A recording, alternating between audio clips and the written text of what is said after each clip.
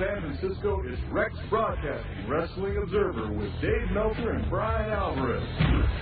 Are you ready? Let's get it on! How's it going, everybody? This is Dave Meltzer. We're going to be here for the next 2 hours. Bryan Alvarez and I talking pro wrestling. We'll be talking about whatever subjects you want to talk about on pro wrestling around the world, and we got a lot of subjects to talk about. If you were in Philadelphia last night, you probably saw some wrestling. Actually, maybe you didn't, but there were 3 shows in Philadelphia yesterday. There was the Ring of Honor show, which I have heard was the best show in the history of Ring of Honor, and that's, even though Ring of Honor hasn't been around for a long time, that's a mouthful because just about every show from Ring of Honor that I've seen, in fact, every show that I've seen has been good. Some have been great. Most have been great. WWE, of course, ran last night in Philadelphia, and Combat Zone Wrestling as well. So if you went to a couple of those shows, or especially the Ring of Honor show, well, any of them, give us a call. We're kind of interested in what you have to say. Our phone lines are lit up right now, so you're going to get a busy signal if you call at 1-800-878-PLAY. But as soon as we start going through some calls, there will be plenty of lines open. Bryan Alvarez, of course, here for 2 hours. Also, second hour guest will be Shane Douglas, XPW, which is also running in Philadelphia. A lot of stuff in Philadelphia. Bryan, is that good or bad, all of that? I guess it's good if you live in Philadelphia, but it's probably not good for Philadelphia a year from now. I just thought it was interesting when they had the whole thing with CZW and Ring of Honor deciding to kind of put their differences aside and work together. And I guess they did the doubleheader last night. But, I mean, it all depends. If it's hot enough, you can have all those promotions and they'll all do well, then that's great. But I've seen it up here where, you know, we've had, and there's not as many promotions or anything like that, but, you know, two or three groups running in one city or whatever, like in Cloverdale just got totally killed by, you know, we were running there and ECCW was running there and it killed it. But Philadelphia is a different place, so if it's doing good, it's doing good. Well, it did good last night. WWE didn't do all that good, although obviously it drew far more than the other ones. I think they did about 4,000 people at the First Union Center, but they're not, you know, I mean, they're not doing big house show crowds anywhere. Oh, we actually have a caller about Ring of Honor, so we'll probably be talking about that in the next couple of minutes. Next 2 weeks, a lot of big shows. Survivor Series coming up a week from tonight. Brock Lesnar against the Big Show and the Elimination Chamber, which I guess on Tuesday is when we're going to find out what the Elimination Chamber is, right? Oh, the special? I think that they said they're going to announce it on the special. Yeah. Well, that's good. We kind of sort of got it last week, but it was the blueprint and everything like that, and who even knows if, you know, that was a blueprint of the actual thing. But I guess, in fact, Jim Ross, the funny thing was Jim Ross and the Ross reports talk about how they're spending a ton of money on this, and I was just thinking back to the dying days of WCW. Yeah, let's buy it. A ton of money on cars exploding and stuff like that, and then it died. Yeah. Anyway, we've got to head to our first break. We'll be back with Bryan, and, of course, all your phone calls right after this. You're listening to Wrestling Observer Live on the Sports Byline USA Radio Network.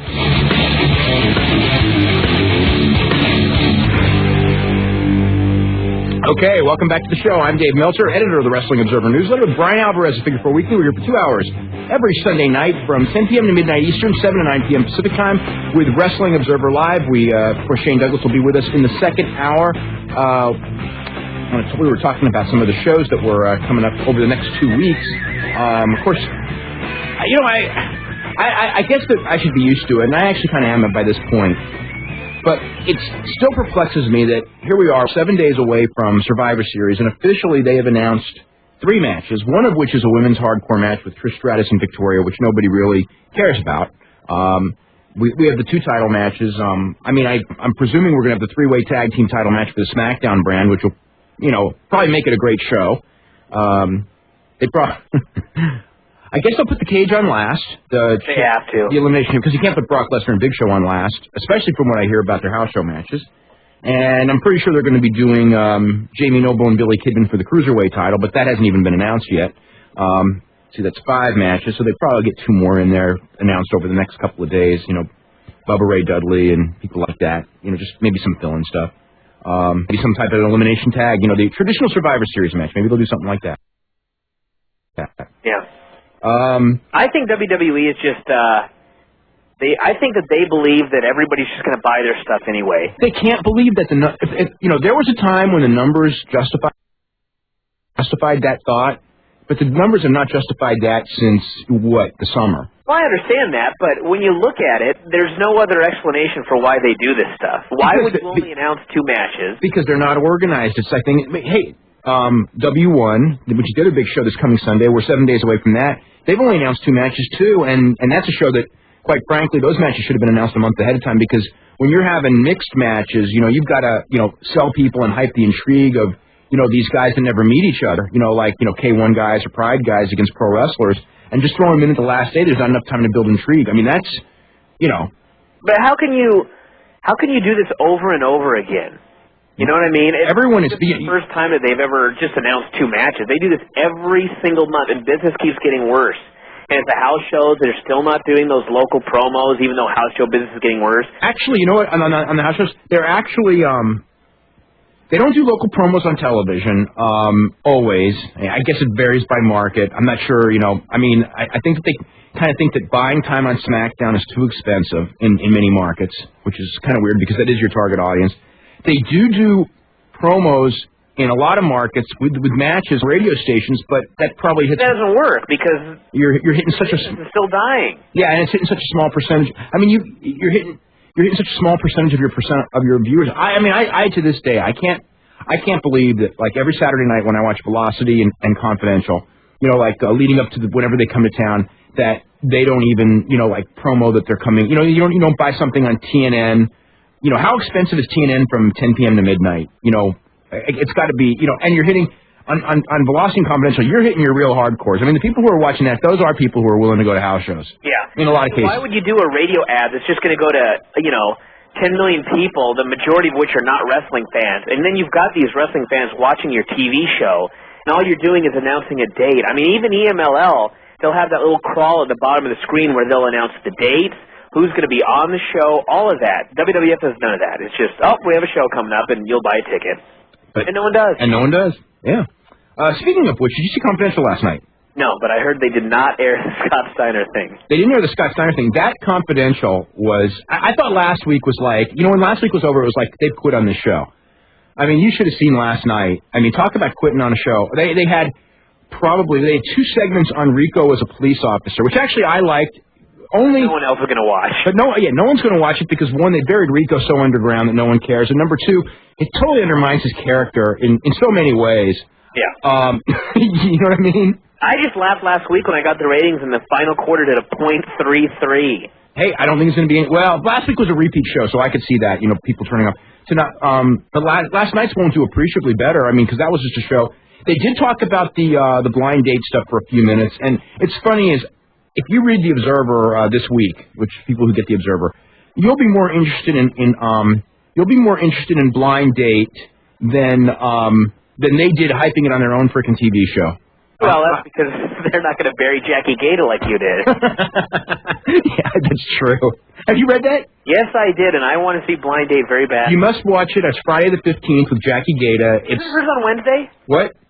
You may be right. All I know is I got 5 of them, and they're supposed to be in order, and Jackie Gaeta was the Friday. Okay. The first one was Maven. I think the second one was Christopher Nowinski. Maven, there's nothing really much to watch. I mean, there's nothing wrong. The shows aren't boring, but nothing special. Christopher Nowinski's show was kind of cool if you like Christopher Nowinski. The Wednesday show was Nydia. I know, or Linda Miles or Nydia, I don't even remember now. But they were Wednesday, Thursday, and they're okay. Nydia, believe it or not, Nydia was the least conceited of the 5. I can believe that, actually. She was so... I don't want to say normal. She wasn't normal. That's not the right word, but she just seemed like some girl who just, likes guys and, doesn't really, she wants to go out with guys that make her laugh, and she really doesn't care if they're good-looking or not, whereas I think that everybody else, kind of because they're TV stars, I think they were, like, really, looks were pretty darn important, Well, I think you could almost tell that from when you watched, when they had the Confidential thing and Nydia did they showed the tape that she sent in for Tough Enough. I mean, she was just a fan. Yeah, she wasn't a fan. I don't think she was a fan for life, but I guess she was born in Puerto Rico, which I didn't know, which explains why she knows Spanish so well. And where did she end up? Houston, Texas, right? Stripping in Houston, Texas. Something I wish I had followed her closer, but yeah. Well, I mean, I got everyone's like bio watching the Blind Date people sent me the like the interviews that do not air on television, so I got everyone's kind of background and everything like that. Linda Miles was pretty interesting. And, you know, they all were less conceited than they probably could have been, with one exception, which is, of course, Jackie Gata. Okay, anyway, also, besides Blind Date, the weekend of the 22nd through the 12th, real quick, W1, Great Muta against Bob Sapp, who may eat him. And threatened to eat him. He's threatened to eat him, yeah. He's threatened to eat a lot of people. And the 22nd and 24th, 22nd, UFC, Ken Shamrock, Tito Ortiz. Of course, we talked about that one last week with Dana White. It's probably the biggest UFC match in about 5 years. And 24th is Pride. And who knows what's going on with Pride, but they did announce Antonio Nogueira against Semi Schilt, which is quite an interesting match because Antonio Nogueira has a chance to defeat two giants in a row after his win over Bob Sapp. NWA TNA last Wednesday. A real hot match with AJ Styles and Jerry Lynn. Want to mention that. Did you see that one, Brian? Yeah. Yeah, real good match. Real good match, yeah. No. It was one of those things where it saved the show again. Yeah, because I don't think the show was all that great up until that point, but yeah. We're going to start with Dan in Chicago. Dan, how are you? Good, how are you guys doing tonight? We're doing really good. Got a couple of comments to make about Shawn Michaels, and I want to see what you guys think of it. Okay. Now, I got a couple of people who I, consider good friends who are saved, okay? And Shawn Michaels, I think, is a little bit of a hypocrite. I love Shawn Michaels. All wrestlers are hypocrites when they get older.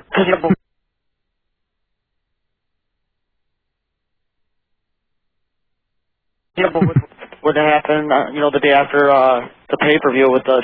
We're doing really good. Got a couple of comments to make about Shawn Michaels, and I want to see what you guys think of it. Okay. Now, I got a couple of people who I, consider good friends who are saved, okay? And Shawn Michaels, I think, is a little bit of a hypocrite. I love Shawn Michaels. All wrestlers are hypocrites when they get older. Yeah, but what happened, the day after the pay-per-view with the Triple H and the casket thing, you would think with Shawn Michaels' morals that he would say, I don't want any part of this. Mick Foley. Wrestling fan. Right. It wasn't a morality thing. He just, Mick Foley's a big fan, and Shawn is probably not as big a fan as Mick Foley, and Shawn probably didn't care nearly as much. Because Triple H that's his friend. I don't think so much Triple H is his friend. I just don't think that he really cares all that much. Well, I don't know. I was just thinking that, I mean, Triple H is his friend, but I don't think that's the reason that, he... I mean, that was so stupid. Right. I would actually almost think that Michaels would have been more offended if they'd done the HLA thing. Yeah, you think so? Yeah.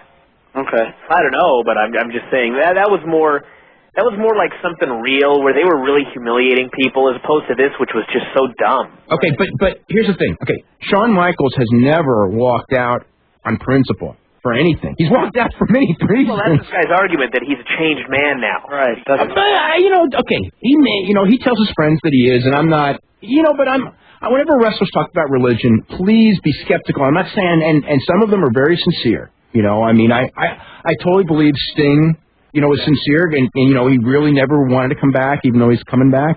And Ted DiBiase, I believe, is sincere. I mean, then there's others, but plenty of them, so many people get into religion from wrestling. It's amazing, and many of them do see it as going from one con to another. Mm-hmm. So, and I'm not saying Shawn's one of them, but and he's not making money. Although Shawn's gone to churches and preached. Well, I'm not knocking Shawn on this because I don't know the situation well enough. But Shawn has never walked out over that kind of something like as far as storylines that are not tasteful. Let's say. And I got another comment about Shawn Michaels. And it's funny you mentioned Sting. Remember on Monday how Shawn was kind of stalking Triple H? Didn't that kind of remind you of Sting on certain things? Like he said he was going to... Similar a little bit, yeah. The way Sting said, I'm going to come from the ceiling. And I actually think Shawn Michaels did say he was, I could drop from the ceiling. I could come from this angle. No, they're not dropping anyone from the ceiling. No, I don't think so either. Anyway, we got to go ahead to a break, Dan. Thanks very much for calling. We'll be back right after this. You're listening to Wrestling Observer Live on the Sports Byline USA Radio Network.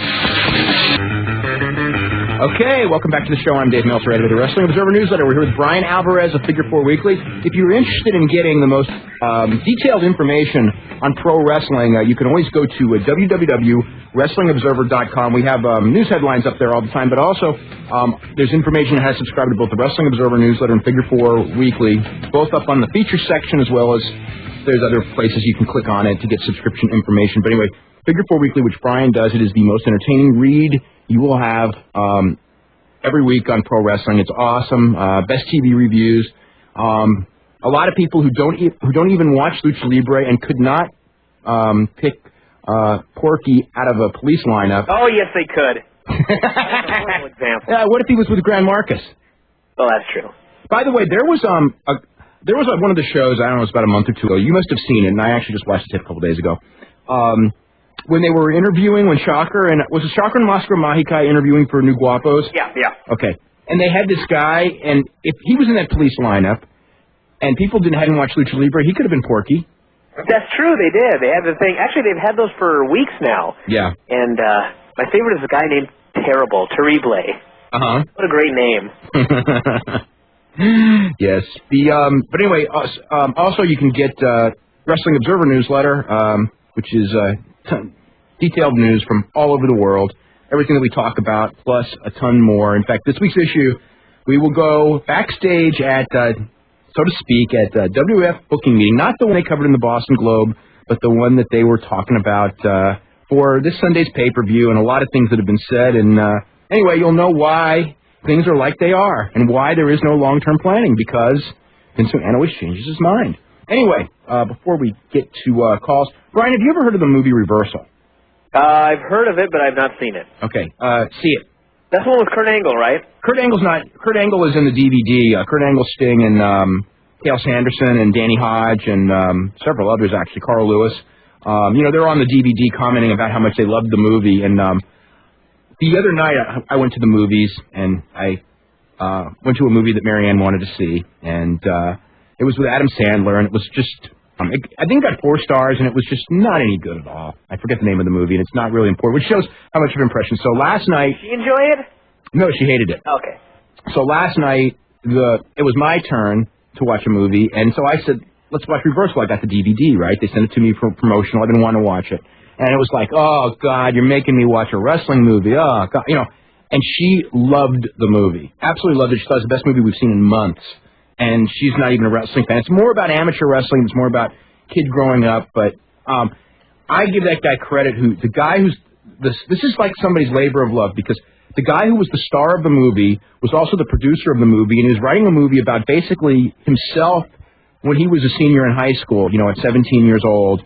And it's so deep and it's so awesome. And seriously, you should. It's a great movie, and not just if you like wrestling. And the thing that where Kurt Angle and Cale Sanderson and those guys, what they loved is the wrestling was so authentic. It was like they had real like high school wrestlers play. They in recruiting the actors for the movie, instead of recruiting actors and trying to teach them to wrestle, they took wrestlers and tried to teach them to act. So their acting isn't really all that good, but the wrestling scenes are tremendous. Yeah. So anyway, I think if anybody ever goes to Kurt Angle's website, it's plugged all over that thing. So is it? It'll be easy to find. Yeah. Okay. Well, then go to. He's not plugging something that's not worth getting plugged. Let's see. Yesterday was the 5th anniversary of the Survivor Series in Montreal, and I was so happy that I went all day and all night without really even thinking about it, and nobody brought it up to me, and. It was just for the fact that I knew it was November 9th, 2002 was enough. But anyway. That was a really foolish thing to say, too. Why? No one's going to call about it tonight. Oh, just wait. Yeah, it's old news. 5-year-old news. We're not going to... I just thought about that because because it is. Anyway, let's go to Don in Queens. Don, how are you? Hey, how you doing, Dave and Bryan? Doing great. I went to the Ring of Honor show yesterday. Uh-huh. And, I thought it was really good. I have a couple questions. First one regarding when Dreamer came out, and he said something about the best thing is competition.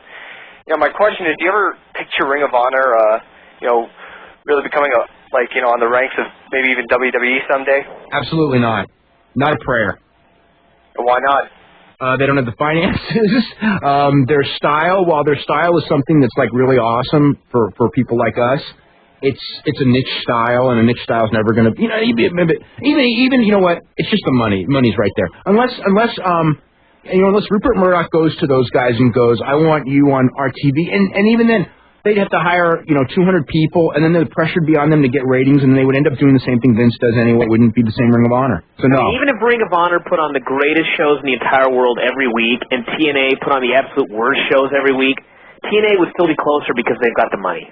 And yeah, because they've got the money. I mean, it's not, there have been indies that have put on great matches since the beginning of time, and they've never, gotten anywhere. And it's the same thing even in Japan. I mean, like with Tori Human or something like that. They're never going to be as big as Pride in New Japan, Well, actually, they may if New Japan continues to sing. Now, if Rupert Murdoch was a big fan of Ring of Honor, maybe. Yeah. But it's something like that would have to happen. It's somebody knowing somebody that's got a lot of power. And them getting TV, obviously. Yeah. Yeah.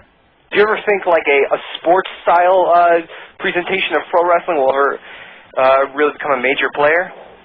If they have enough money behind them and they do it in a good enough way to where the public likes it, yeah. I mean, there's no reason why.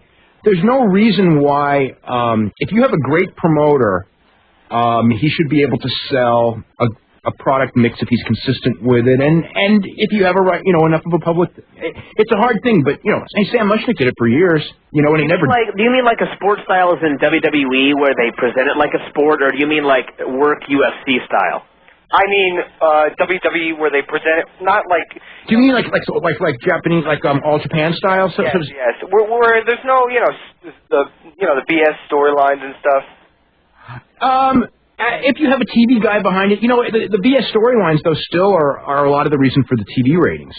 I don't know about the BS storylines, but no, you're right. The good storylines, yeah. The bad storylines don't help. No, you're right. Yeah.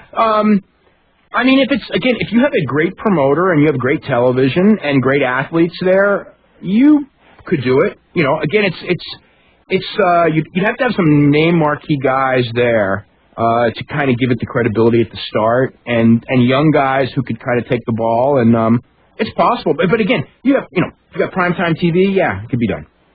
All right. Yesterday, also regarding Tommy Dreamer, do you know what went on to get him on the show?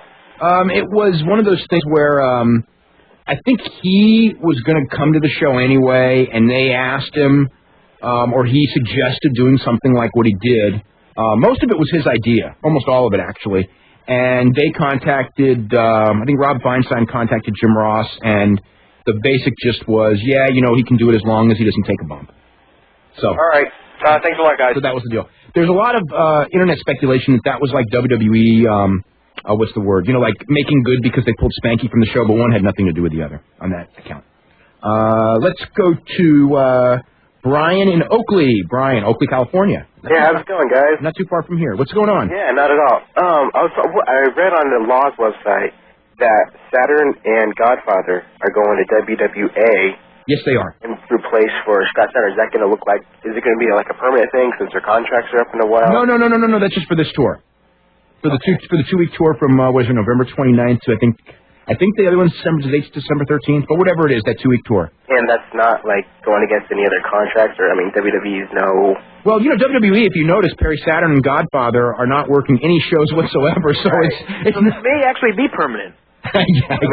Saturn's contract's up in a couple months anyways, right? Yeah, mid-January. And what about Godfather's? I don't know when his is up. They brought him back for the Chuck Billy angle, and I haven't done anything with him since. Yeah, I don't think they have any ideas for him. So, I wouldn't be surprised if when his contract's up, it's not renewed as well. So. And one more question about Hogan. How come nothing's been said on WWE's website about him not, anymore? How can they say it? How do you address it? Well, kind of the same way they did with Austin. He's been coming out active. It's a big difference. There's with Austin, they wanted to bury him publicly because they were afraid that the public would side with Austin against them. With Hogan, these guys got to work together on this book, and they can't be burying him now because there's too much money at stake, and Simon & Schuster would shoot both sides if they screw it up. Okay. So, they can't bury him. Okay. And if they're not going to bury him, what do they say? Oh, Hulk Hogan wouldn't come back? That's burying him. That's true. He wouldn't do a job for Brock, which you're not going to say anyway. One more quick thing. Bryan, I got a Figure 4 weekly in the mail a couple weeks ago. Cool. And I have not subscribed for over a year. But it was a very nice surprise in the mail, and I did enjoy reading it. Oh, okay. No problem. So, every now and then they'll show up. What? Every now and then they'll show up for people. Well, thanks for taking my call, guys. Okay, you're very welcome. Let's go to Well, actually, we're going to go ahead to a break, and then we will come back with John in Rochester, New York. And we got one line available at 1-800. No, we don't. I spoke too fast. It's already been taken. Anyway, we'll be back right after this. You're listening to the Wrestling Observer Live on the Sports Byline USA Radio Network. Big John McCarthy of the UFC, and you're listening to the Wrestling Observer with Dave Meltzer and Bryan Alvarez. Okay, welcome back to the show. I'm Dave Meltzer, editor of the Wrestling Observer newsletter, with Bryan Alvarez of Figure 4 Weekly, and John McCarthy will be refereeing that match that we talked about. You know, Jeff Merrick is going to be broadcasting from there live. Yeah, from ringside, right? From Octagon side, yeah. Octagon side. Yeah, for the match. Okay, since this is going to be your last chance on this one. Oh, it's your last chance too. To change your prediction. Never. Okay, really? Shamrock. Shamrock, okay. Okay, I'm going with Tito. Okay, now, here's the thing. If Shamrock wins, Shamrock and Chuck Liddell just can't have even a chance. Well, he has a chance. I think will always have a chance. Yeah, he has a chance, obviously. But I think that's a much, much, much harder fight. Yeah, I don't. The way they match up, that's a tough one. I mean, you know, anything can happen. I've seen some strange things happen in fights, and I'm sure I'll see a lot of strange. And UFC. Oh yeah. Put on a can in the back or a pipe. Remember that? Oh God, yes. Kevin Randleman slipped on something. Oh my God. Like a banana peel, it could have been. Oh, that finish what was that? That finish was Jerry Jarrett's idea. He thought he just came up with this idea. He thought it was like the funniest thing in the world. Oh, it was awful. It was really bad. That I mean, it was, and you know, and that match was bad. And the thing about this one, you know, I mean, they're gonna have Jerry Lynn against Kid Cash. Okay, so that'll be a good match. And they're gonna have Red against Jimmy Yang, which I got a feeling that may be a great match. That may be the match of the night on Wednesday. But they're also going to have Priscilla and Jorge Estrada against Brian Lawler in April, and that is going to be so bad. You know the thing about the banana peel is every week I watch wrestling and I laugh, and usually when I laugh, it's always about something that usually is probably not supposed to be very funny. And sometimes people will try so hard in wrestling to make stuff funny that it's just really not funny, and the banana was a perfect example of that. Yeah, I know. Anyway, we're going to go to Jim in Edison, New Jersey. Jim, what's going on? How you doing, guys? Doing good. I was reading on the internet tonight that the Elimination Chamber is going to have like 5 different cells on top, where you have to lock the guy in a cage to win. Oh, God. Did you hear anything about that? I haven't heard. I don't know. I mean, it could be. I just haven't heard. Yeah, that would make sense. So they were saying there'd be no pinfalls at all. Oh, that's just great. Yeah, it does solve some problems with people doing jobs. Yeah, but it makes it so lame. Yeah. You know, I've always hated those handcuffs to the corner matches. You know, they do them in Puerto Rico, and they've done them in some, like, War Games type of matches. I never liked them. That would make sense as far as explaining why the cage is going to be so elaborate. I mean, how elaborate can a cage really be? Yeah. Is Steiner going to be at the Survivor Series, too? I have not heard that, but it would make perfect sense to me. If I was running things, that would be the night he would debut, which means it's, 40-60 against? I don't know. Does he wrestle or do an interview? I'm sure he won't wrestle. He's got to be at Survivor Series. It's not there tomorrow night. Yeah. I don't think he's. I think that if he's going to be there, if they're thinking of debuting him, they might as well announce tomorrow night that he's making his decision on Sunday. Yeah. At least do something. That would make the most sense, which means that obviously will not be happening. Yeah. So, and then probably start wrestling afterwards. I think that his first big match will be at the December pay-per-view. They should have him on both shows this week to build it up for Sunday. Okay, maybe build it up to where he says, "I'll make my decision." No, they shouldn't. He should debut. They should go in there and go, Scott Steiner's going. He doesn't need to. You don't need to give away his first one for free. You should put his first one on pay-per-view, and then his first TVs can be the week after for the people who didn't see the pay-per-view, and it'll do the same rating. It would be kind of cool though if you had face-to-face confrontations with Triple H and Brock the same week. Yeah, next week. The week after, you paid for it, not for free. Okay, guys. Okay. You guys have a nice week. Okay, you too. Let's go to Matt in Daly City. Matt, what's going on? Hey, Dave. Long time no talk. Yeah. It's been since the ER days. Wow. Oh. It's been too long. Yes, it has. Yes. Well, I mean, I live right outside San Francisco, and I can't seem to get the show. Well, it's because we're not on a San Francisco station, unfortunately, which is amazing because I'm in San Francisco, but what can I say? You can get Sirius Satellite Radio, Channel 123, and you can get it anywhere in the world, and when you're in your car, you can drive all over the country, and you'll never lose a signal. Good plug, Dave. Yep, that's true. That's what the whole thing's for. That's true. Brian. Yeah. Have you been working regularly? It's actually every weekend now for Tito Carrion. Cool. How's the bod? I just read about Tito Carrion. Yeah, I read that thing today in the paper, too. That in the was Hillsborough paper. It's a nice story, yeah. 73-year-old with a tope? Yeah, the world's oldest tope. That's cool. I don't know if it's cool, because he may get hurt. Well, hey, you know, if he can do it, he can do it. Yeah. Okay, so you choose, Bryan, you choose Shamrock? Yep. Nah, no way. No way. I will be laughing next week on the show. You know it's going to No, 2 weeks. 2 weeks. 2 weeks. 2 weeks. 2 weeks I'll be laughing. Hey, you may be. I mean, And I'll be laughing on the air because we'll be watching it as the show is going on. No, we won't. It's Pride that we'll be watching as the show's going on. UFC's on a Friday night. Yep, I'll be there. You're going? Oh, yeah. Good for you. Yeah. I'm gonna have so many people over my house. I think I will have more people over my house than at any time since the Tyson Holyfield fight where he bit his ear, when I had like about 60 people over the house. Jeez. But I mean, I had so many people call, about this one. I mean, this is like a real big deal to my friends. You know that Universal promotion out in Vegas that Kenny works for? Yeah, the one. Okay, UWF, I think it's called. Yeah. Right. Are they going to be running shows that weekend? You know? They run every Friday night at their gym. Oh. So that's head to head. Now Saturday, if you're going to Vegas on Friday for the UFC, there's a WFA show at the Aladdin Hotel. Yeah, on Saturday night, the next night. Who's working? Frank Trigg against Dennis Hallman is the main event. Mm. So, and then they're going to have, I forget who else is on the show. It's a pretty decent lineup. Their shows notoriously go long. Speaking of long, that Combat Zone show ended at, can you imagine, Bryan, actually going to a show that ends at 1:40 a.m. on a Saturday night? Plus, when it was a double header, so some of the people probably started watching wrestling at 5. A lot of them. Yeah. A lot of them. That's a lot. Well, I once had a day, and it was one show. It was the All Japan Women's Show at the Tokyo Dome in 1994, 95, whatever year that was. Mm-hmm. And I think the show started at 2 and ended at 12:30, if I am correct in my memory. But it was this day, like, there were so many great matches. But if you were actually there, it was like this day that never ended. The day felt like it was a week. Like, it just was. No, well, it was 24 matches or something, and I mean, and they were great, and that's the longest show I've ever been to, and I think it's the longest show I will ever go to. I feel sorry for the people in the CZW show that were probably on about halfway through that show, because they were the people that probably, got absolutely no reaction for anything they did, because everyone was so burnt out. Yeah. Anything else, Matt? Yeah. Who do you guys think would be Mr. Wrestling 3? Steve Armstrong is Mr. Wrestling 3, and I have a good. Just based on the way that they were talking, where Ron Killings goes, I don't understand why Bob Armstrong, signed it so quickly. It made me think that maybe Steve Armstrong will end up being Mr. Wrestling 3. How about Brad? I don't know if Brad can. I don't know if Brad can wrestle. He got hurt real bad when was it Hoobie ran him over or Psychosis? One of those guys ran him over, and he hasn't wrestled since. Oh, that's right. I remember that. Yeah. Okay. Dave, are you going to get a hold of last night's Ring of Honor show?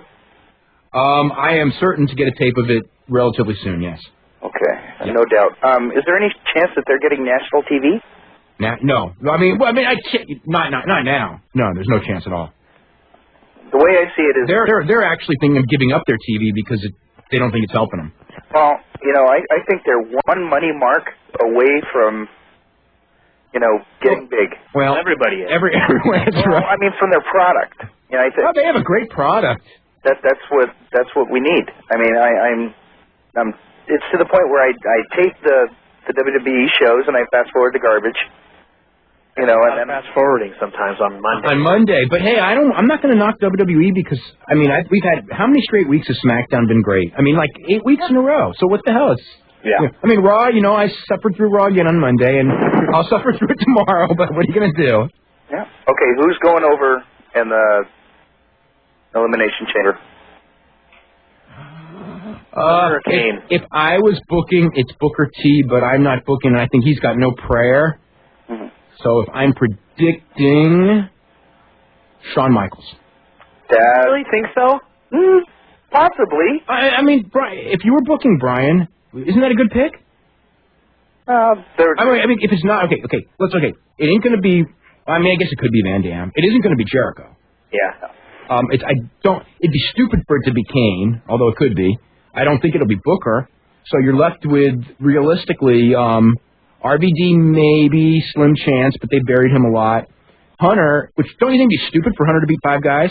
I do, but I think that's what's going to happen. Okay, you may be right. And so the only one left is Shawn. Yeah. I'm the biggest Shawn Michaels fan in the world, but I don't even think I would put on a belt on him Sunday. Well, just because I don't know what's going to happen to him Monday. You know what I mean? Yeah. They put together, a great lineup there. All the players are legitimate contenders. That's what makes it such an interesting match. I think Booker T is going to go over. RVD will do some huge spot to get him over. Well, we'll see. We got to get running because we got a bunch of calls to get to. Okay, Matt? Okay. All right, we're going to Dave in Watertown, Massachusetts. How are you, Dave and Bryan? Hey. I just wanted to ask a quick question about Brock Lesnar and Yuji Nagata. Yes. I saw this weekend that they issued a challenge to each other at the Kurt Angle Classic. Don't read too much into that one. So you don't think the match will ever take place? No. I mean, maybe someday, but not now. I mean, it's for publicity for New Japan to say, we're negotiating this match for the January 4th Tokyo Dome to get some interest, but there's no way that WWE is going to allow Brock Lesnar to go to Japan and then wrestle Yuji Nagata. And how do you work out a finish? But yeah, someday, they're going to have long careers. I wouldn't be surprised to see them wrestle. So you don't think WWE will do it when they have their tour of Japan? It's impossible. Okay. The Japanese fans won't want. Well, first of all, Brock's not going because it's Raw that's going. Number 2, the Japanese fans that go to WWE want to see WWE. They don't want to see Japanese wrestling. I mean, that's the reality. They boo when people talk Japanese at the WWE show. They want to see pure. They want to see a pure WWE product. They don't want to see WWE with Tenryu there or with Yuji Nagata there. I had one other question. Do you have any reason, any idea why the WWE didn't announce that Royal Rumble will be in Boston to the people that were at the Raw show last week? I have no idea. I cannot give you one reason that makes any sense whatsoever. I mean, it's amazing the people that didn't even know they were in town the last time. Okay. Here's my theory on that one. Now that I think about it. Okay, if they had announced it, maybe they're afraid people would run to the box office and they wouldn't have tickets available, and they don't want empty seats at a TV taping. So maybe that's it. Oh, it was pretty empty last week, so... By the end of the show, yes, I heard. Well, why couldn't they announce it later? You mean after Raw went off the air? Yeah. Oh, you mean when they did the 10-man tag? Well, they had to keep people in the seats for the 10-man tag. After that, I mean... Nobody was left in the building anyway. Everybody left during that match. Yeah, I mean, they could, and there's nothing wrong with it at that point, but everybody left anyway, so maybe they just figured, whatever. Well, teach them for leaving early. I don't know. They should have announced it, though. I mean, at the end of the show, there's no reason by that point not to say something. On that 10-man tag, the people left early. All I can say is they were smart. It wasn't good? It wasn't good at all. Okay, everyone who's going to watch on Tuesday. Well, I did hear that the 3-way with... I went to Manchester on Tuesday for the SmackDown tapings, and the 3-way was excellent. Okay, so it's worth watching. How's the bikini contest? It wasn't bad. I mean, they did the little thing when Nydia came down, and then they just declared both women to win, and Taz emceed it. Yeah. Isn't that so sad? They do an interpromotional bikini contest, and they can't figure out someone to do a job. There's a lot they can't figure out. Anyway, guys, keep up a great job with the news. That was a great finish. Okay, thanks, David. We're going to be back with more right after this. You're listening to Wrestling Observer Live on the Sports Byline USA Radio Network. Okay, welcome back to the show. I'm Dave Meltzer, editor of the Wrestling Observer Newsletter with Bryan Alvarez, Figure 4 Weekly. We're here for 2 hours every Sunday night with Wrestling Observer Live, and we're going to have Shane Douglas in the second hour. We're going to go to San Antonio, Texas. Ed, what's happening? Hey, guys, what I want to ask about is, I know someone had brought up the thing with Brock and Nagata. Yes. My question is more to, you always hear about stuff like that, like Muta challenging The Rock, and it seems like every few months always trying to bring in Mike Tyson. And my question is, have the fans gotten tired of always being lied to, and why does their media always these things? Okay, their media is always looking for something, like Tokyo Sports and all these things. There's so many newspapers in Japan, and they have a front page story, and they want a front page story that people will buy the paper. And if Inoki's going to say something like that, it's like this little game that they all play that he'll say it, we can sell papers, and so, it's one of those things, and then it just never happens. Well, the thing with Inoki is he's so smart because he'll lie maybe 10 times, and then he'll say something like he's going to jump out of an airplane for the Pride show, and he doesn't really do it. Yeah. And then he has 10 more lies after that he Yeah, I remember in the 70s when he first started talking about, he was going to fight Muhammad Ali, and I was just going like, oh, my God, right? Yep. But he did. And I think that because he did that, every time he says something like that, people go, well, there may be, And then right when they've given up, he he actually comes through. Yeah, and they'll spend money and they'll bring somebody in. Yeah, because like this last week they had big story, that in fact it's a couple days that they're going to bring in Ruan Gardner, and maybe they will. Who knows? Yeah. And also, I want to ask Bryan a question. Bryan, on the comment board, somebody had put in a comment in defense of the Big Show, and you had said that he had took care of his I might not say it right, his acromegaly. Acromegaly. Yeah, he took care of that when he was a child. No, when he was in college. He actually took care of it when he was in college. Oh, he took care of it in college. Oh, he had an operation in college. Yeah. How was he able to take care of this, and they were never able to do anything with Andre? Is it just more technology? I think it was just that it was so many years later, and they had learned how to, learn some new things, maybe, or by the time. Maybe he was just young enough that they could do something about it, and Andre. Well, they knew about Andre at about the same age, but I think maybe because Andre was in France then. I don't know. Yeah. Yeah, I don't know. It was probably just technology advanced. But it was taken care of, and that's not why he is so large right now. No, but it's why he's so tall. It's why he's so tall and everything like that. But yeah, no, the continual growth. He doesn't have that like Andre. Andre, it couldn't be helped, unfortunately for him. Okay, guys. Well, thanks for taking my call. Okay, you're very welcome, Ed. We got to head out of here right now. We'll be back right after the hourly break. We'll have Shane Douglas up as well. Plus taking your phone calls. We got a full bank of calls, so we'll be back right after this. You're listening to Wrestling Observer Live on the Sports Byline USA Radio Network.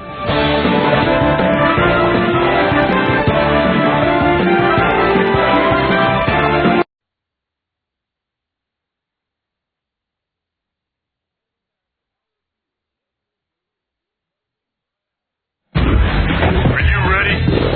Are you ready? Let's get it on. Get it on.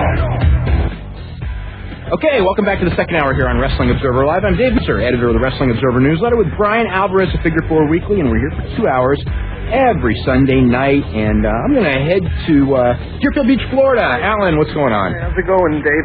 Going good. All right, I wanted to know if there's any validity to the rumor that Vince had a problem with Hogan's book and the fact about writing about Vince's infidelities, quote unquote. No, he didn't have a problem. He didn't have a problem with writing about Vince's infidelities because Vince has admitted all of that himself already. And he's probably somewhat proud of it. He's talked about it like he's proud of it. He just Linda McMahon had a problem because she thought Hogan's book was boring, and Hogan had a problem because Linda McMahon said that his book was boring. So that's the book problem. But they're both, they're promoting the book, and also Linda and Vince both thought that Hogan should have, talked about how, Vince saved his life and Vince made his career, and it was all Vince. And Hogan, wanted to take credit for his own success. So, Did Hogan talk about any of the backstage political, arguments and things? I don't know, because I haven't read the book. Oh. So I only know I've talked to 2 people who have read the book. Uh-huh. And they just gave me basically briefly that, Hogan skirted all major issues. Oh, he did, huh? But, so it's a book, pretty much. It's not a shoot book? I don't think you can shoot book with Hulk Hogan anyway, but, Intentional or not. Yeah. What? Yeah. But, Hogan wanted a clean book, so he didn't say a lot of dirty stuff. Well, do you also think that Vince and Brett will ever get together? In what sense? As far as I heard that they might be talking since his. They've talked. Vince and Brett have talked. Probably 2 or probably. Yeah,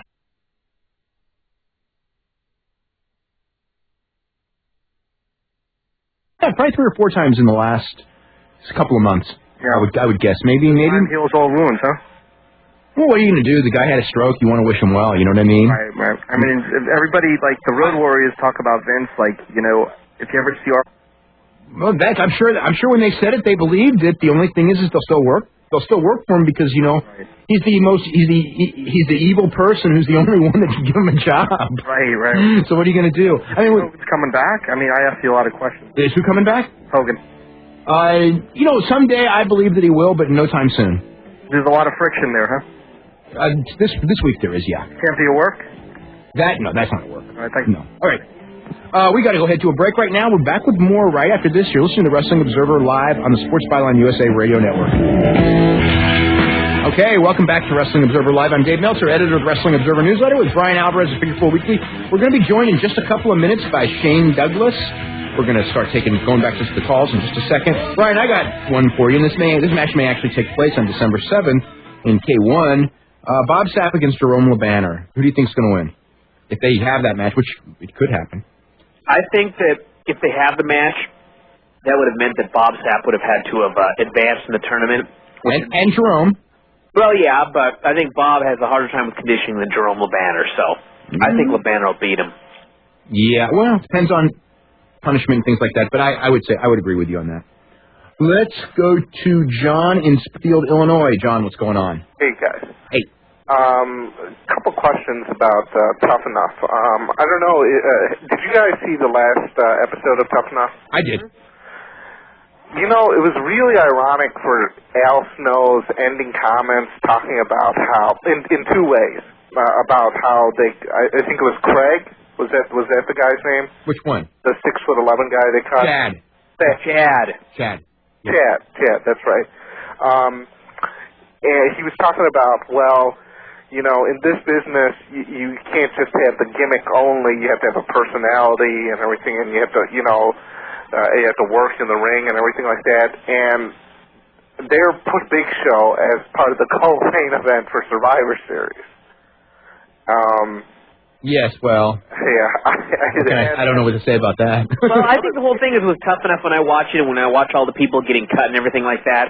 I think that ideally, if I were doing that show, I would not really cut anybody unless they were just a total moron. Like Daryl, you at least had a reason to cut Daryl. He was an idiot. And Scott, too? Yeah. But they'll keep Scott because they'll keep Scott because they think he's ratings, of course. Right, he's an idiot, but you know it's not like he's a total fit. Well, I don't know. No, well, from what Al was saying is during the show, it's like he's saying, well, Scott's picking up stuff and he's maturing, you know. So yeah, I mean, I guess. Yeah, but I mean, he got drunk twice in like 2 weeks. Right. I guess so. As long as he, you know, he can do the alcohol poisoning on his own time, as long as he, you know. Yeah. But think about the wrestlers that get drunk every night. Yeah, but in Tough Enough, you're being judged at all times. I mean, you know, hey, let's face it. How many of these guys would have gone through Tough Enough and survived? I mean, some of them would have, obviously. The real well-conditioned ones. Guys are in WWF now. But you know what? This is the thing. I think, to me, I think the thing that's so bad about it is if a Mick Foley went through this. Oh, me and Bryan have talked about that one. Yeah, Mick Foley took 2 years, you know? Well, Mick Foley would have not made the 13. Right. You know, and that's... And Chris Benoit would have been cut about 4 weeks in if he was in last season. Right, he would be Danny from last year. Yes, he would. Because Chris Benoit did not have that body when he was 18 years old. Yeah, and, you know, it seems like they're doing this as like a quick fix and everything. And it's not a quick fix, it's a TV show. Well, that's true. I mean, no one's counting on Tough Enough being there to replenish the ranks of young wrestlers, even though, you know, they did get Christopher Nowinski and Maven who are doing, you know... But they are looking for draws. They are looking for, like, somebody in the lower card or something like... No, they're not. No, they're really not. They're looking to do a TV show, and if someone catches on, that's cool. I mean, I can tell you when the first Tough Enough was there, I mean, there was no thought whatsoever that any of these guys would be on the main roster for years. Right. And, you know, Maven caught on real quick. And you know, I mean, they beat Maven right away. They didn't know what they had, as usual. Right. And they made mistakes with him. And then Nowinski, you know, I mean, you know, it was a couple of years. And they in a sense, brought him up too soon. But I think they like his size, and I think they like his interview ability. I mean, work-wise in the ring, obviously he's not ready, but... 2 quick questions on Tough Enough. First, I've always had a suspicion from last year as far as the voting and why they chose the 2 women. And I can understand. I did hear from you. You're saying like Jake was you know, mentally wasn't, you know, tough enough. Basically. It wasn't mentally tough enough. Jake wasn't a good wrestler. Jake had everything going. He could not wrestle. So I mean, But then I wonder, they kept him till the end because they kept praying that he would learn to wrestle because he looked so good. So they were looking for basically just women and people who could parade around and launch. No, they were not. They were looking for the 2 best candidates. And, I mean, Linda Miles was not there because she looked good in lingerie. She was there because Linda Miles, I can understand. Linda Miles was a great athlete. Jackie Gaeta. Hey, Jackie Gaeta was Jackie Gaeta. What can I say? Watch Blind Date. Hey, you know what? If they would, let's see. Well, that's why next Monday night, a week from Monday, okay? If they were to, like, cut out a half hour of that garbage on Raw and just put Jackie Gate on Blind Date and then bring her back, she would be such a great heel the week after that it would, like, help Raw. It really would. I'm not being facetious there. So at least show clips of it, really, and bring her back. But not don't put her in the ring, though. So I guess she forgot about her boyfriend. I guess that's all. I guess that's gone, yes. And the electing, so I guess we can all, I mean, they're supposed to have some call-in voting part of it as far as choosing who is going to be the final, who are going to be the... Oh, yeah, that's right. Are they going to have, like, internet vote on it? Exactly, I was thinking about that. And it's going to count? Or no? I don't know if it'll count, but they're going to be allowed to vote. Oh, I hope it doesn't. Fans thought, and here's what the actual voting was. Okay, because if they had the fans vote last year, they would have picked Jake. So that shows how stupid the fans are, you know. Yeah. Well, do you see Tough Enough for another season, or because It all depends on the ratings and MTV, and I can't read the minds of TV people, but it's doing okay. It's not knocking them dead. Right. I mean, I could see it. I mean, I know that WWE's hoping for it to go on for a while. They got plans, for Tough Enough 5. I mean, sort of on the drawing board. So. Last question, real quick. Do you think? Do you hear any rumblings from Viacom, or do you hear anything about Viacom as far as the ratings collapse, basically, of these programs, even SmackDown? No. I mean, I don't think it's anything that anyone would worry about now. Down the road. Where the ratings are when the Raw contract comes due is a very, very important thing. That's 3 years from now, and who knows where it'll be. SmackDown, SmackDown, the ad rates are not that high, even though the ratings are still the highest rated show on the network. So, I don't see them canceling the highest rated show on their network, but if SmackDown fell to, somewhere in the pack, I think it would be dead just because they can't charge good rates for it. Okay. Okay, thanks a lot, Dave. Okay, very welcome. Let's go to Todd in Poughkeepsie. Todd, how are you? I'm good. How are you doing, Dave? Doing really good. Hey, Brian. Hey. Hey, I was just going to ask you guys, in terms of where you think they should go with Brock Lesnar in the long term, because I think a lot of guys are talking about keeping the belt on him a long time. I know I was listening to Law. Oh, you'll hear some funny stories about that one. I can tell you is that plans are changing. Whoa. No. Yes. Oh, yes, they are. In what sense? I mean, Vince McMahon is changing his mind on the plan to keep the belt on Brock Lesnar for a long, long time. I mean, nothing's changed. It's not like, but it could change it. He can change his mind at any time, and he changed his mind this last week. Because I'm in favor of keeping him on at least through WrestleMania or something. But that was the plan. That was the plan. In terms of long term, I don't know if he's the answer though, because I'm of the feeling that you don't push a heel as your top draw when you're trying to turn around business. You need to. Well, they're going to make him babyface. I think actually is a huge mistake from his match with Eddie. Yeah. I mean, his selling as a babyface exposed him. Yeah.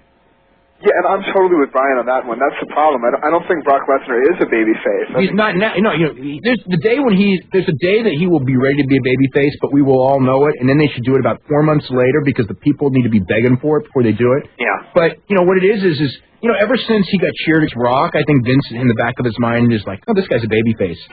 Well, I think he could be a babyface character, no problem, but not a babyface worker that the people would get into. Well, it's pretty hard for him to sell for too many of the guys and get sympathy with it. You know what I mean? Yeah. Maybe Big Show, but not too many others. Yeah.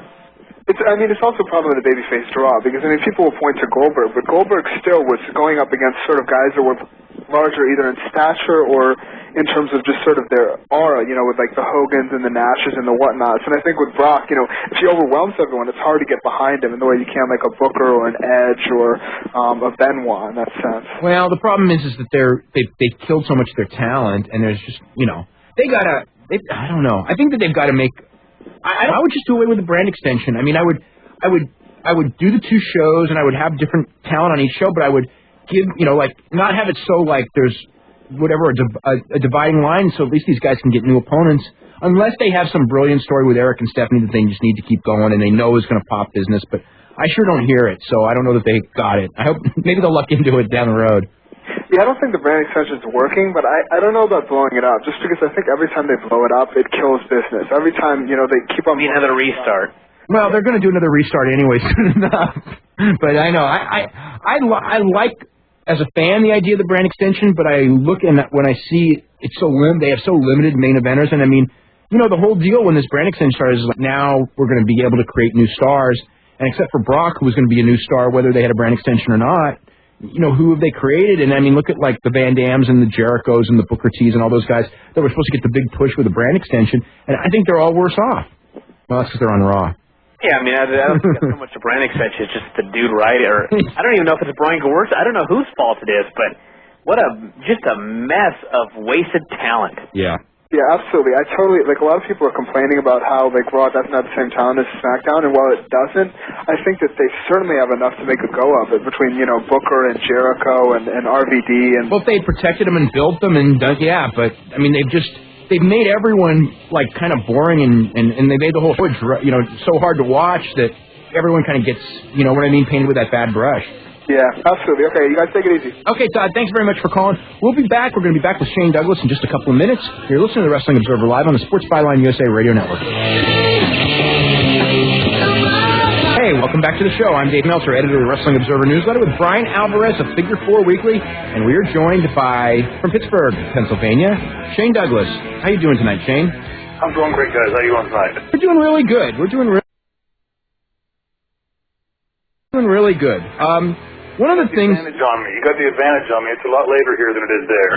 That's right. But, Shane, you know, we wanted to talk to you about a bunch of stuff about what you've been doing. Of course, you're booking with XPW, and a lot of people know that.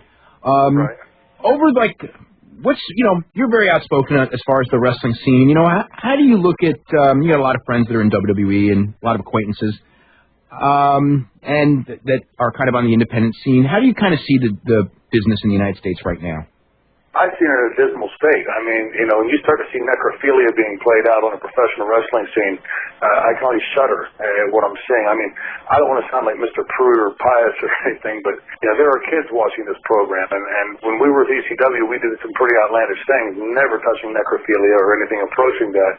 But you have to also remember, our show was seen very late at night. This show being seen, I believe it was 8:55 at night when they aired the necrophilia angle. And I mean, I've heard so many things about Vince McMahon, and that this pretty much has solidified all of them in my head.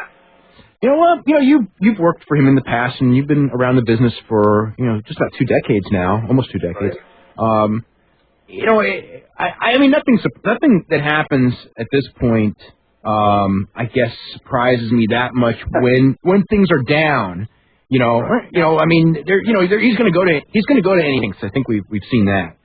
Well, sure. I mean, you know, and I think that speaks pretty poorly for his business.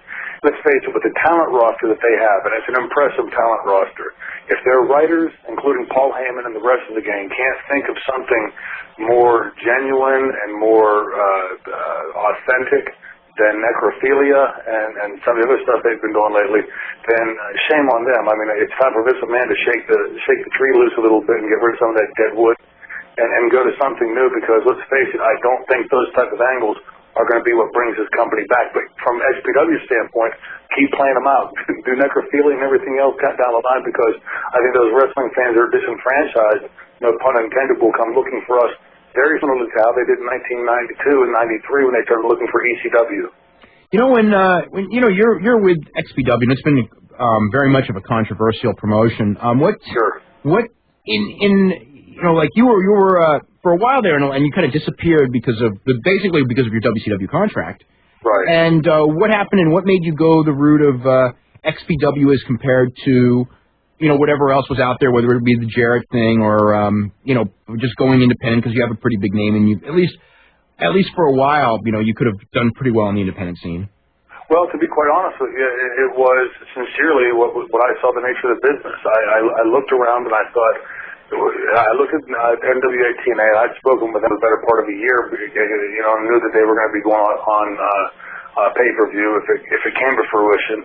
And after looking at it and assessing it, I didn't quite, in my own honest opinion, believe that they had in that form. It's a very tough form, as you know, Dave, to try to make it in a pay-per-view forum on a weekly basis. And so I thought it's either that route, WWE, which at that time I didn't think that they had a lot of steam leading into the future, or XPW. And with XPW, what I saw was a vehicle that I could go in and be effective immediately. I could go in and say, look, let's do this, this, and this, drop this crap and this crap and this crap, and let's see where the vehicle goes. And so for me, that was the main reason and the main impetus for me. Plus, I can say Rob Black was very generous with me. Now, what kind of changes have you made as far as the booking of the XPW overall?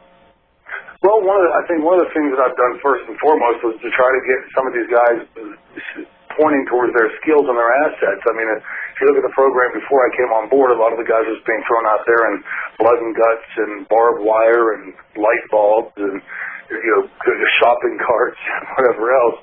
And although I think there was a place for that, they kept XPW on the map for the first 2 or 3 years it was in existence. I saw a stable of talent that had so much more to offer, and I wanted to try to capitalize on that. I think we've been doing some of that. Now, what do you think? So there's guys there. There's some guys there that people know that are brought in, and then there's some guys in there that if you're not a fan of XPW, you really don't know. And what are some of the assets of some of these guys that people may not know that you've been able to work with for the last couple of months? Well, for instance, if you look at the dead presidents and Mexico's Most Wanted, I think they're two of the most impressive tag teams right now in the United States, possibly the world. I mean, they not only do they do some outlandish moves, but they also can tell a great story in what they're doing.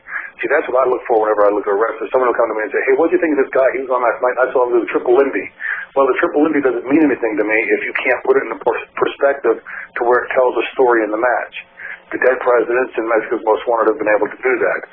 We also have some young guys. Chaos. I think Chaos is a great young talent, very reminiscent of a Chris Candido at that stage of his career. We have Supreme, who's our version of Taz, for lack of better comparison. And all of them come with an enthusiasm that I've not seen from CCW. Every single one of them want to learn, want to move forward. Pogo, huge guy, is very eager to learn. And whenever I tell him something or give him some pointers, I can go out and watch that night and implement what it is I told him.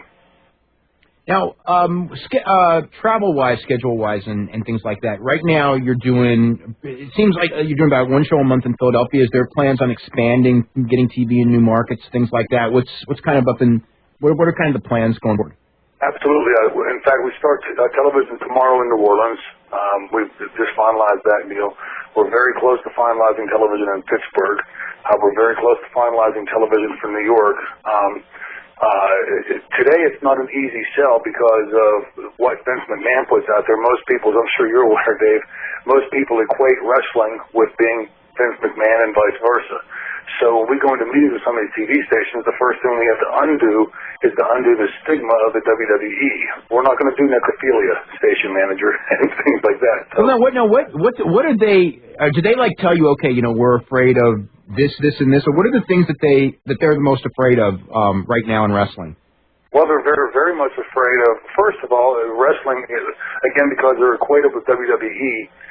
They see these declining numbers in the ratings, and so suddenly wrestling's not such a hot sell. That's the first thing you contend with. Secondly, they are very concerned that you're going to go out there and do something like necrophilia, and I'm going to keep hacking on that, but something like that or worse to try to outdo the WWE. And so what we have to do is go in and show them some of our past products. Plus, XPW, let's face it, has a little sordid past of its own. So for me, it's to go in and to undo the stigma of the WWE and what the wrestling business has become, to undo what XPW had been 3 years ago, and to try to show them what we've been doing positively in the program as of late. Now, what concern about blood?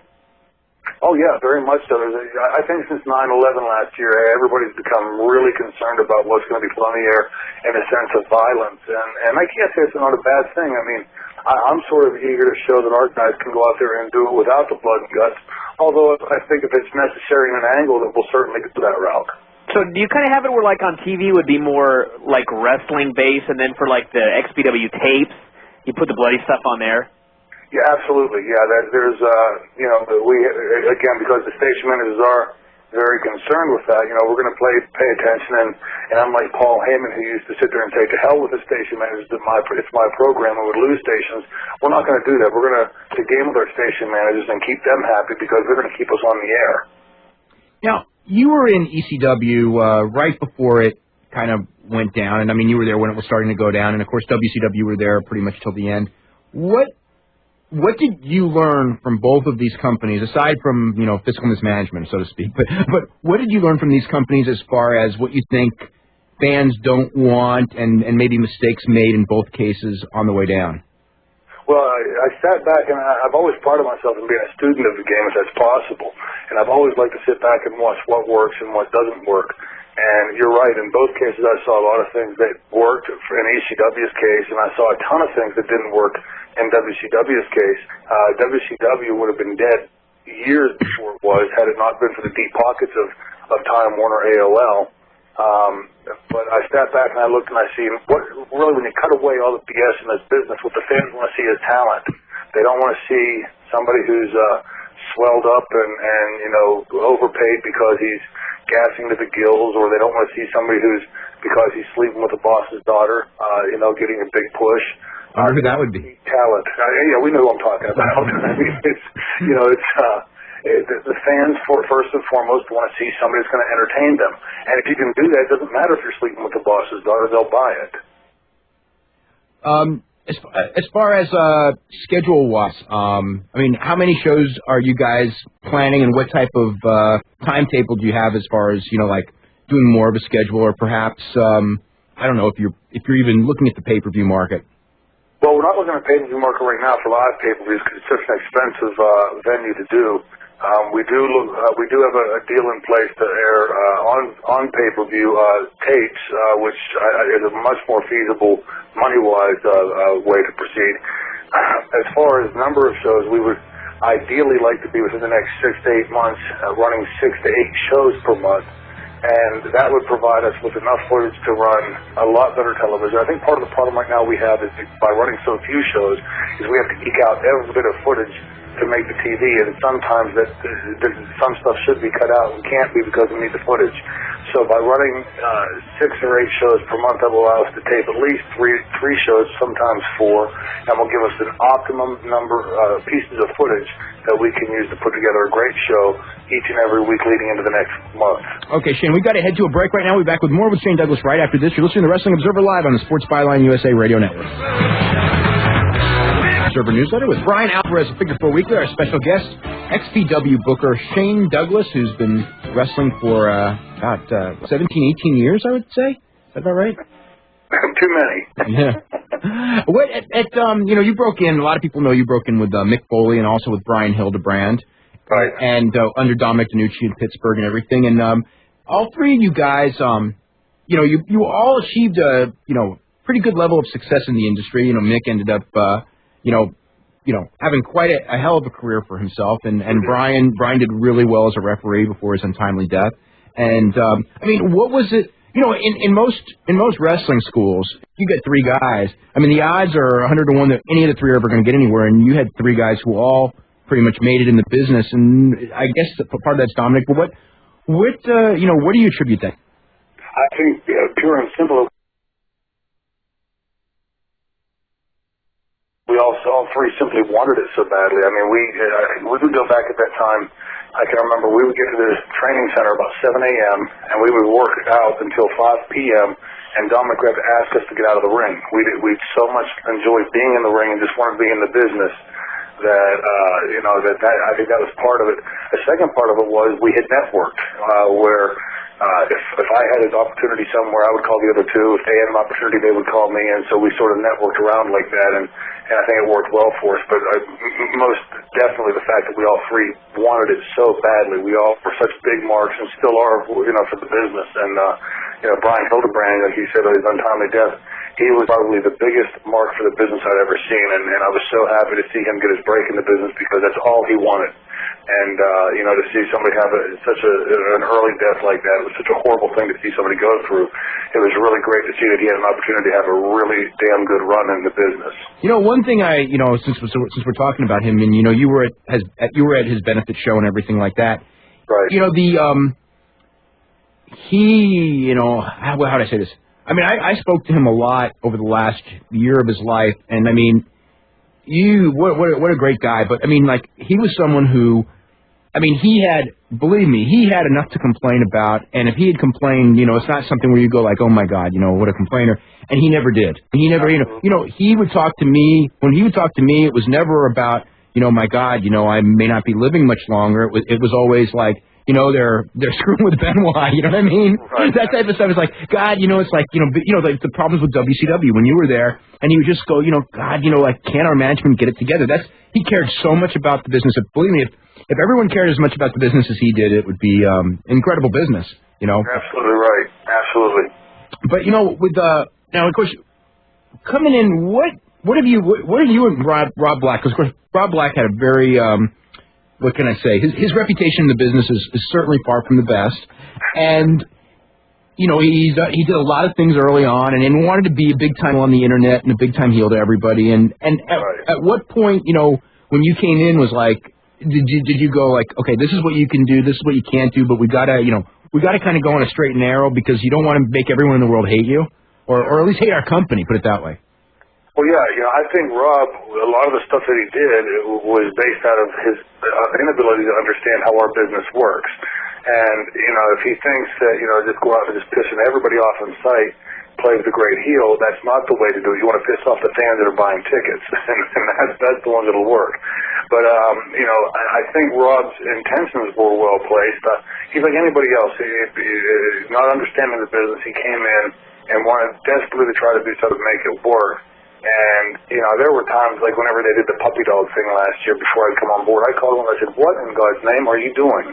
And, but what I will give him credit for is whenever I came in, instead of being, the micromanaging boss saying, no, you can't do this and you can do this, he said to me, hey, look, here's the reins of it. I don't know. His exact words when he hired me were, I've spent X amount of dollars of my own money in 3 years of my life trying to make this thing work. I don't know how to take it any further. So if you can come in and help me move it forward, then here's the reins.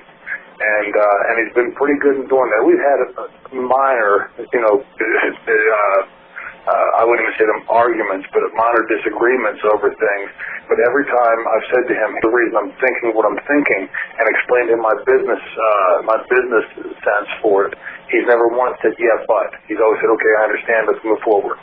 And I give him credit for that because that's a hard thing to do. Somebody that owns the company, everybody has their own opinions, and in this business, opinions die harder than the common cold does. And I've seen Rob Black take a back seat several times with his opinions. So in that sense, he's good to work for. Do you have any idea how much you've helped business positively? Well, it's hard to say dollar-wise. I mean, we've expanded. Our expansion has doubled the size of the company. We'll be going back into Los Angeles here very shortly. We wanted to give that a break because they've been so burnt out, having run it for 3 years. We are going to be going into New Orleans part of the next 2 or 3 months. Pittsburgh we had envisioned being in Pittsburgh by December 7th was our target date. We're obviously not going to make that, but we're going to be close. We're probably by the beginning of February or March. And so in those sense, I mean, I've never sat down and figured out a dollar figure to what we've contributed. But I can say this, we've put together a team that will enable us to move forward. We have a surprise announcement coming at the Philadelphia show for all the fans that will be, I think, shocked to say the least as to who we've hired. Mm-hmm. Are there any, as far as talent out there, are there any guys out there that you're really wanting to bring in, guys that you've seen before, or guys that... Oh, absolutely. Yeah, absolutely. I think Mike Awesome is one piece of talent that we definitely would like to get our hands on. I don't know when their 90-day clause is up. Sean Stasiak is another I'm fond of. I knew him in WCW, always seemed like a nice guy. I'm not one of these guys that sits there and says, hey, look, I had a disagreement with this guy. I tried to contact Scott Hall to bring him in. If somebody can do me good for business in the sense of putting asses in the seats, then they're on the roster. It doesn't matter who I've had a disagreement with in the past or whatever. That was one of the things I never understood in all the bookers I've ever worked for, and them sitting there and going, well, I'm not going to push this guy. I'm not friends with him, or I don't party with him, or whatever. For God's sakes, if somebody can put rear ends in the seats, put them on the roster. Let's go to Tom in Atlanta. Tom, you're on with Shane Douglas. Well, Shane, a big fan of your work ethic. I was wondering, are you going to be in Atlanta, XPW? We're certainly going to try. Atlanta's such a great wrestling town. Right. It's not on the horizon right now, but I can tell you that we've got people working for us on our television syndication group that's looking at Atlanta and several other places. So, keep telling your TV stations down that you want your XPW to steal some of them MTV's thunder, and I'm sure at some point we will get there.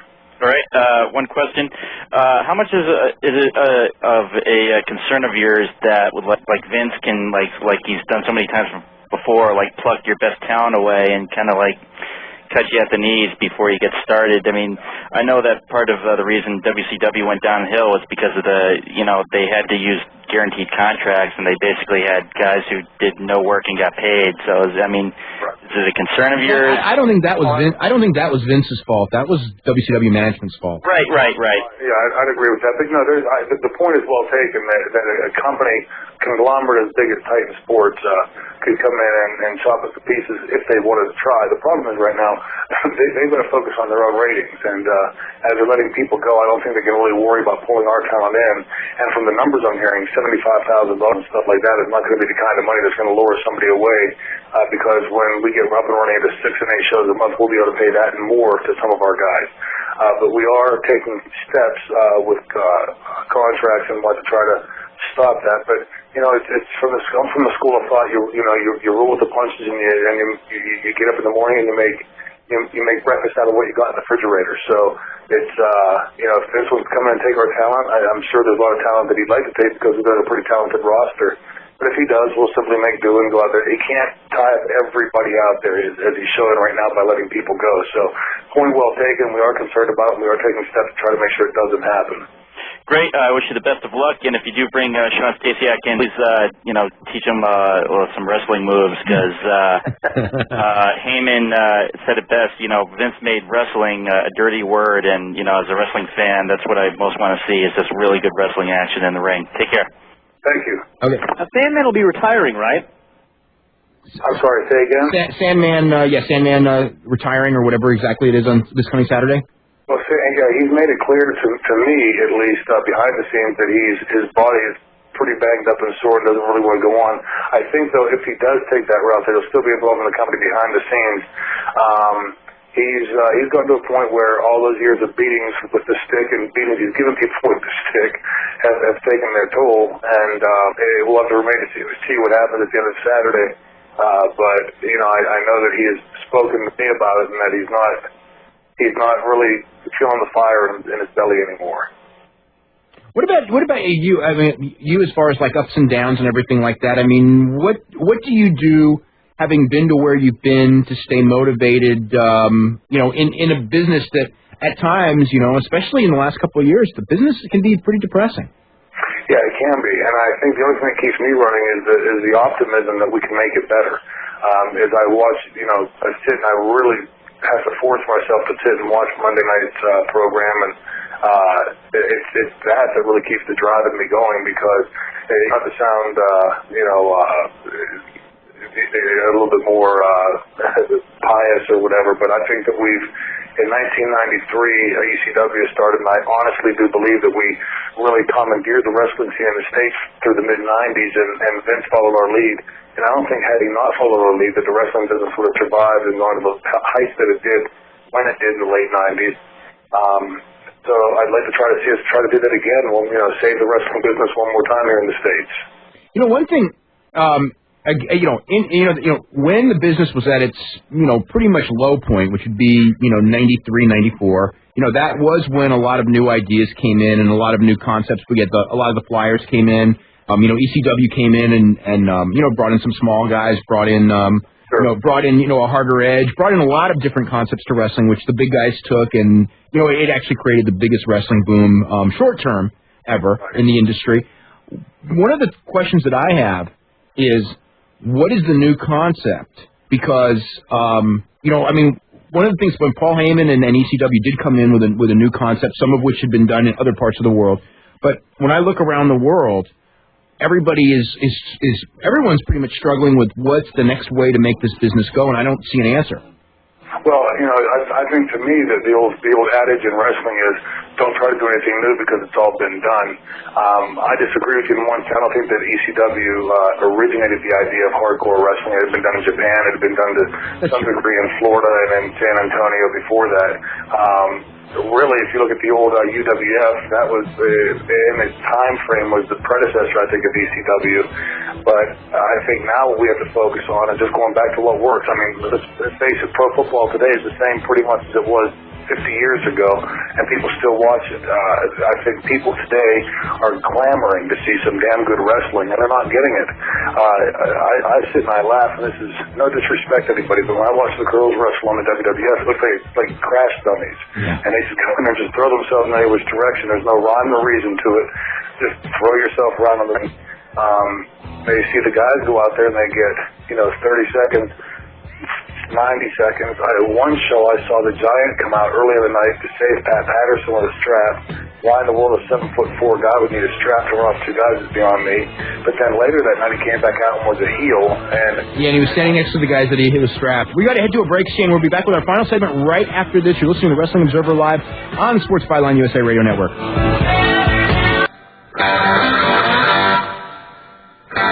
Okay, welcome to the final segment here on Wrestling Observer Live. We actually have a couple of minutes left. We're here with Shane Douglas, the booker of XPW. This coming Saturday night, they're going to be wrestling at Viking Hall in Philadelphia,